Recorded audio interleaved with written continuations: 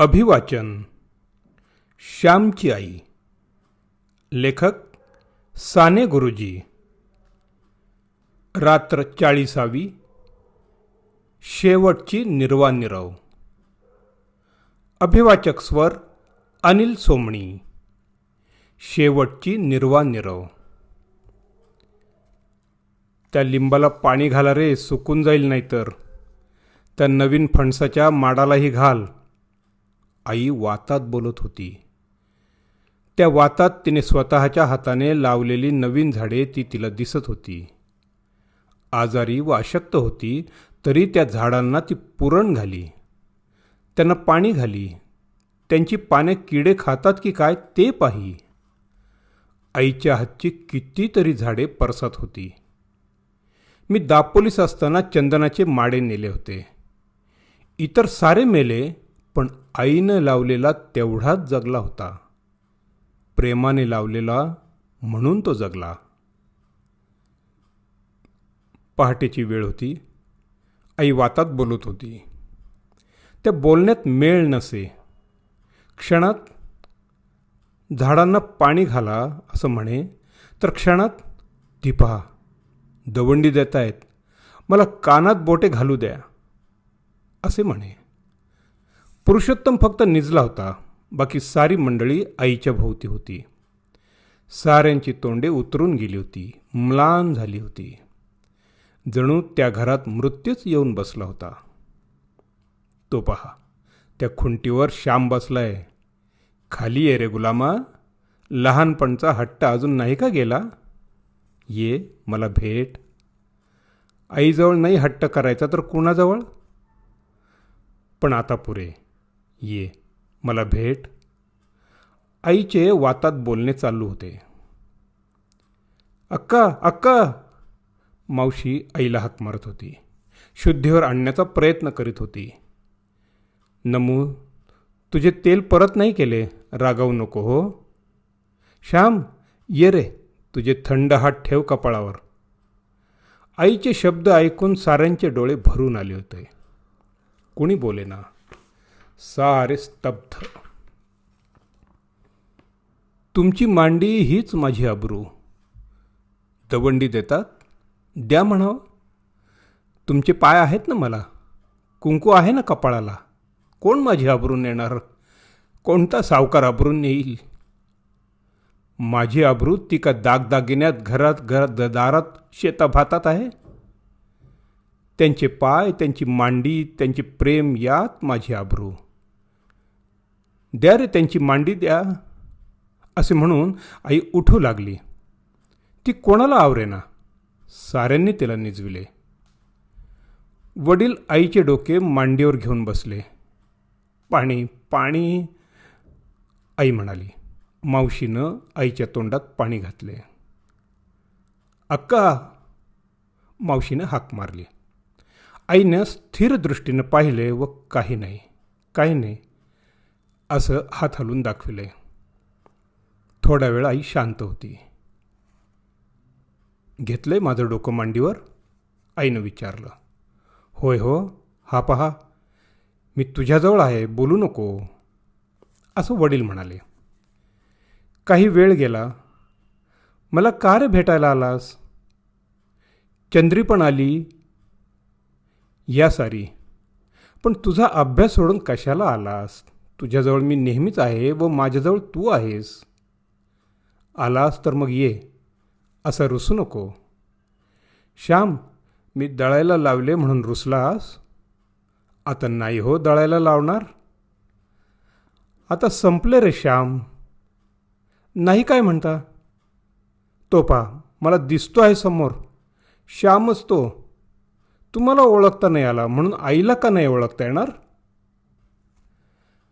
अशा वातात रात्र गेली. दिवस उजाडला. पुरुषोत्तमला मावशी म्हणाली, राधाताईकडून हेमगर्भाची मात्रा आणून ठेव. हेमगर्भाची मात्रा शेवटच्या क्षणाला देतात. 2 मिनिटे आणखी जरा धुकधुकी राहते. मावशीला आईची चिन्ह काही बरे दिसेना. एका रात्रीत आईचे डोळ किती खोल गेले होते. त्या दिवशी संकष्टी चतुर्थी होती. वडिलांना उपवास असे, परंतु ते अशक्त झाल्यापासून दुपारी धान्य फराळ करीत, सोजी खात. आई त्यांना म्हणाली, आज चतुर्थी आहे ना, जा स्नान करा, थोडी सोजी खाऊन घ्या, असे हाल नका करू हो स्वतःचे, जा खाऊन घ्या. तुटक तुटक मोठ्या कष्टाने बोलत होती. वडील उठले, स्नान करून देवळात गेले. येताना त्यांनी गणपतीचे तीर्थ आणले व आईला दिले. आईने धाकट्या पुरुषोत्तमाला जवळ घेतले, त्याच्या तोंडावरून हात फिरविला. अत्यंत क्षीण स्वराने ती म्हणाली, बाळ चांगला राहा, हट्ट करू नको. दादा अण्णा आहेत तुला, मावशी आहे, चांगला नीट वाग. पुरुषोत्तम रडू लागला. आई सारखी त्याच्या पाठीवरून हात फिरवित होती. सकू, साऱ्यांनी खाल्लेत का? आईनं विचारलं. होय हो अक्का, मावशी म्हणाली. सखू, सारी तुझी हो, माय मरो मावशी जगो, पुरुषोत्तम श्याम सारी तुझी, चंद्री गजू सारी तुझी. आई शेवटची निर्वाणनिरव करीत होती. होय हो अक्का, मावशी म्हणाली. श्याम गरीब, गुणाचा, चंद्री गजू देव आहे, साऱ्यांना तो. आई तुटक बोले, कितीतरी वेळाने एक एक शब्द बोले. सारी आईच्या भोवती बसली होती. दुर्वांच्या आजीकडे बघून आई म्हणाली, क्षमा, बोलले चालले विसरा. आजी विरघळून गेली. कितीतरी वेळाने एखादा शब्द आई उच्चारी. सखू, नानांना म्हणावं क्षमा करा, त्यांची मी मुलगीच आहे. बयोला म्हणावे क्षमा करा. पुन्हा शांत. मध्येच आई डोळे गरगर फिरवी, मध्येच डोळे मिटी. श्याम, एकच शब्द. अक्का, त्याला आज बोलावते हो, मावशी म्हणाली. मावशी भाऊंना म्हणाली, भटजींना बोलवा व गोप्रदाने सोडवा. मरताना गाय दान द्यावी असे आहे. गाय नसेल तर काही पैसे गोप्रदान या नावाने देतात. आईच्या हातून गोप्रदाने सोडण्यात आली. आईला बोलता येईना, वाणी गेली. ती नुसती पाही. पुरुषोत्तमाच्या अंगावरून हात फिरवी, मध्येच बोट वर करी. देवाकडे जाते असे सुचवी. बऱ्याच वेळाने होती नव्हती ती शक्ती एकवटून ती भाऊंना म्हणाली, तुम्ही जपा, हाल करून नका.